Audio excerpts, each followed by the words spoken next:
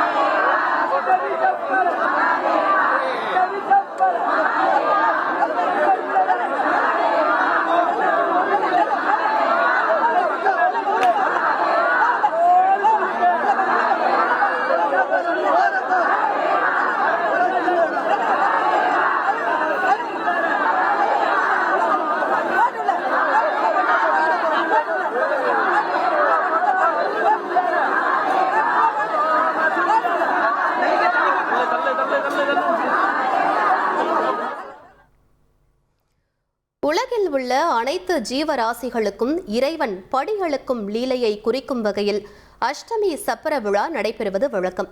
சுந்தரேஸ்வரரும் மீனாட்சி அம்மனும் தனித்தனி சப்பரங்களில் எழுந்தருளி பக்தர்களுக்கு காட்சியளித்தனர். மீனாட்சி அம்மன் எழுந்தருளி உள்ள சப்பரத்தை பெண் பக்தர்கள் மட்டுமே இழுத்து செல்வது இந்த விழாவின் தனிச்சிறப்பாகும். சிவாச்சாரியார்கள் சப்பரத்தின் முன்பாக அரிசியை தூவியபடி சென்றனர். சிதறி கிடந்த அரிசியை கூடியிருந்த பக்தர்கள் வீடுகளுக்கு எடுத்து சென்றனர். காலை முதல் சாரல் மழை பெய்து வரும் நிலையிலும் மழையில் நனைந்தபடி பக்தர்கள் பக்தி முழக்கங்களை எழுப்பியவாறு சப்பரத்தை வடம் பிடித்து இழுத்து செல்கின்றனர்.